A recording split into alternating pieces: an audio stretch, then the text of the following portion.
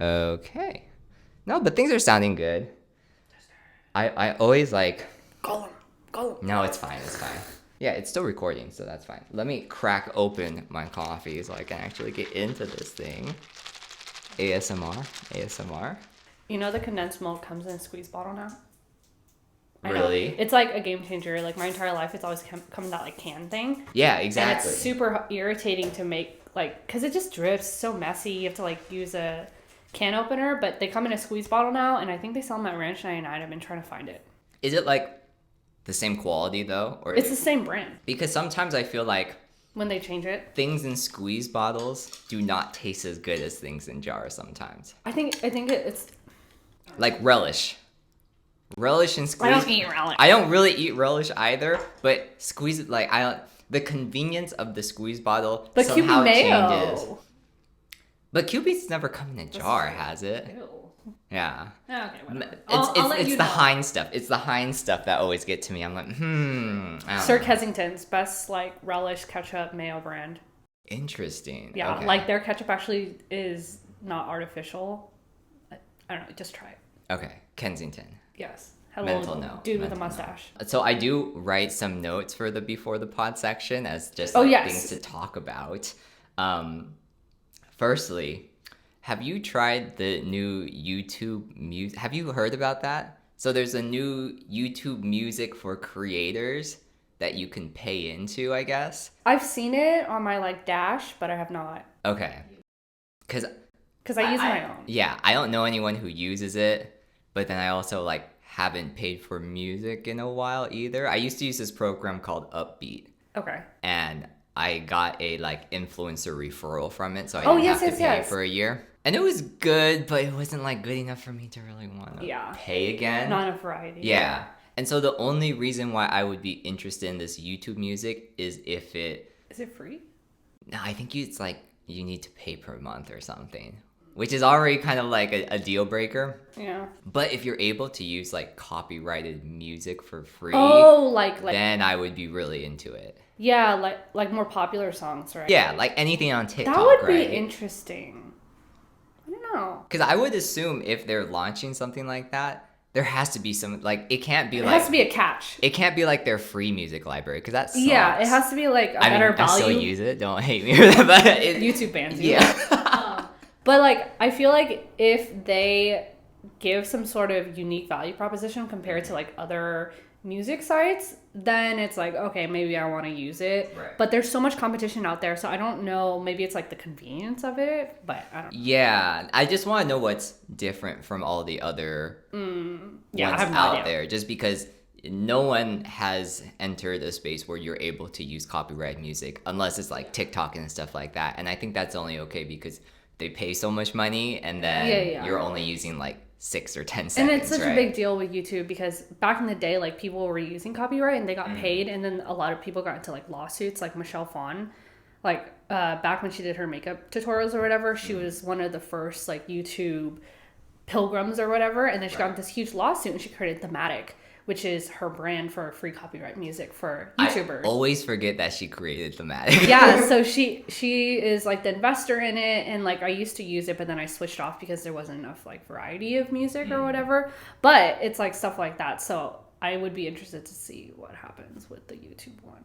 Yeah, I used to use Thematic too, but I feel like the type of music on it is so niche. Yeah, it's also very laggy. The interface is extremely slow. Drives me nuts. And I'm always like, how do I log in? There's like... Yeah, it always tells you to sign up. Yeah. There's no like exact like log in here. It's like you have to click a 3-dotted button and then like drop down, then log in. It's ridiculous. It's so and it never keeps you signed in. No, it doesn't. But it doesn't keep me signed in, but then I keep getting the emails where it's like, you've unlocked this new achievement. And I'm like, what am I doing? I haven't even been using it. How am I achieving? Yeah, they're trying to get you used. But yeah, I think it's like $6.99 a month, which is kind of bad. I feel like it's... I pay a lot for music every month. Oh, do you do? Okay. Yeah. I feel like it's kind of high when I think of like, oh, Spotify is like $9.99 and you have access to all of this. Not that you can actually use it, but just for like listening, right? You have access to all this stuff. So I would just be a little worried about the library. Yeah. But if the library is worth it, and then $6.99 is 100% worth it. So if I ever try it, I will let you know. I haven't gotten the balls to do it yet because I'm like, yeah. Well, when was the last time I made a vlog that needed music too? This is true. I don't like to talk in my videos that much, so I'm always trying to. That's true. Music. That's true. I want to get back into vlogging for sure. I'm always just insecure because I'm like, God, what do I make a vlog about? Because you like travel and go places and like Not live always. more of an. To me, you live more of an active lifestyle than I do. Yeah. But sedentary vloggers are so popular too. Like my favorite vloggers are the ones who clean their houses. But you need like I feel like you need a specific, not like personality, but like vibe for that. And I don't think mine is the kind of vibe. The cleaning vibe. Yeah. You're not I'm chaotic. They would be like, oh my God, this cleaning is so chaotic. Chaotic cleaning. It sounds catchy to me. Yeah. Luckily, I don't have to clean that much because I try not to have material things. You can do a decluttering channel. I could. I already have too many channels to take care of. I'm like, I'll need to add on to that. 100%. Make a playlist. Make a playlist. So I'm trying to get better at segues. There's no such thing as a good segue. No, there are. But there are, though. Because I think people just have more experience in like a podcast setting or just this like is only like your third episode, so you're chilling. Yeah, but I'm always trying to improve, and so I don't have a good segue for this. The only segue I can think of is we're doing a podcast and this relates to podcasts. Oh yeah. Do you listen to any other podcasts? Only one when I'm on a road trip because I don't have like the time, but it's called Short Story Long and he interviews a lot of really fun people. My favorite one is with Eddie Huang. It's actually a really motivating podcast. Highly recommend it. It's, you know who Eddie Huang is, right?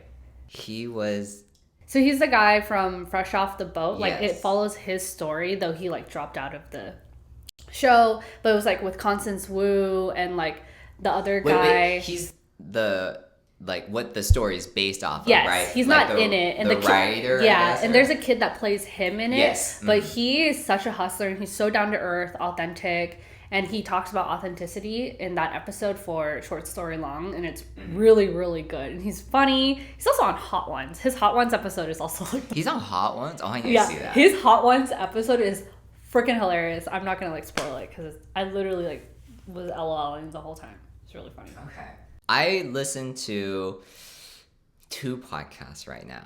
I listen to the Conan O'Brien podcast. That one's really popular. It's really good. Yeah. And even though he is like a very like comical guy and it seems like it would be hard to get more like deep into things, I feel like he really brings some like good issues. Yeah. And it helps me a lot with like not just like figuring out.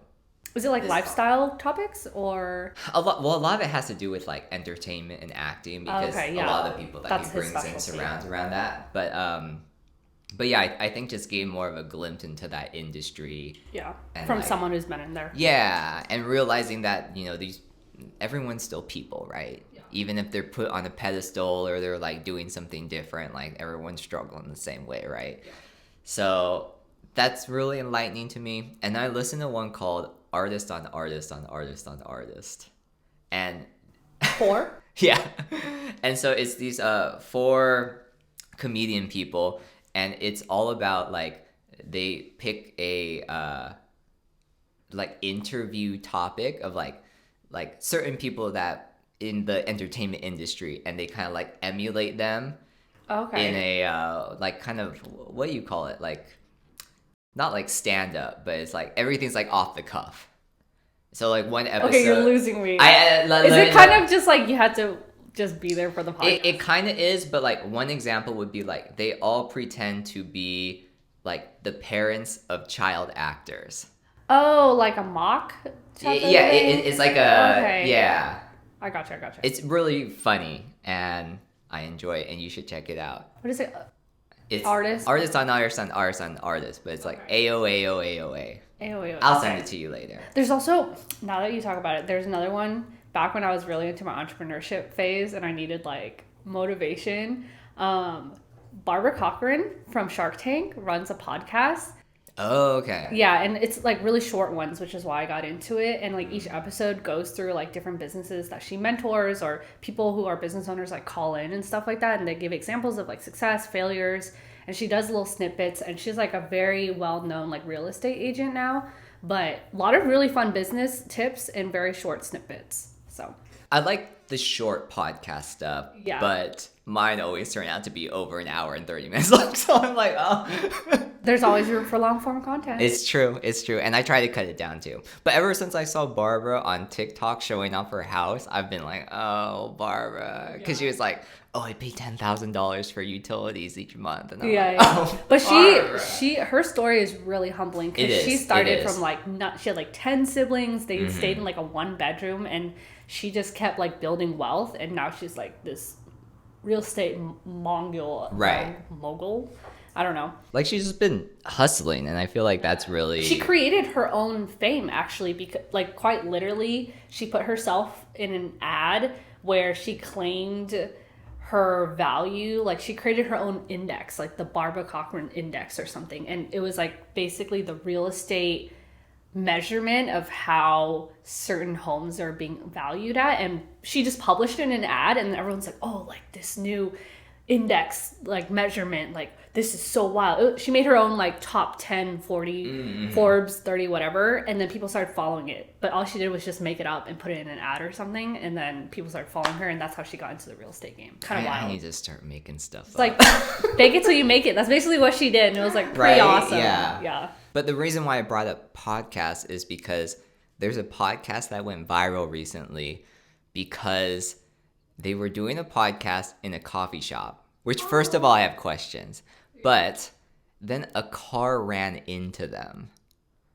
Are they okay? They're okay. Like my first thought, are they okay? But it's like everything's caught on camera too, and it's crazy to see. Like, literally, this guy like swerves and then like goes through the wall, and they're like right on the other side, and they're like, "What?"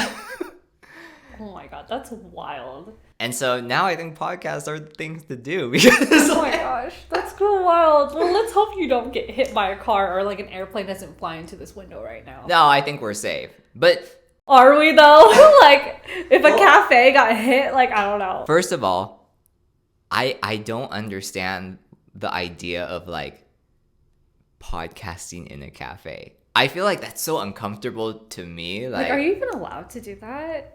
I don't know, because like they actually had their like mic set up and they were like filming it. Like they probably asked for permission, or they probably know the owner or something. But there are people around. Is that not weird? I don't know. I feel like you're distracting the piece.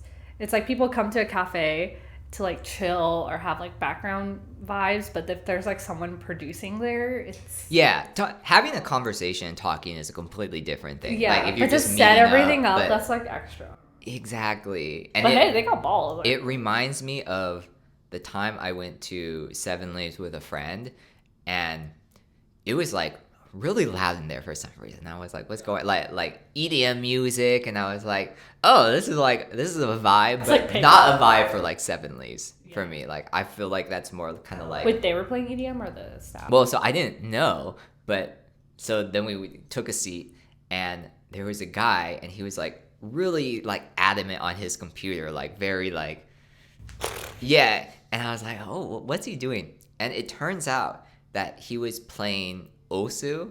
Do you know it's like a beat game? It's kind of like DDR, but you use your keypad. Yeah.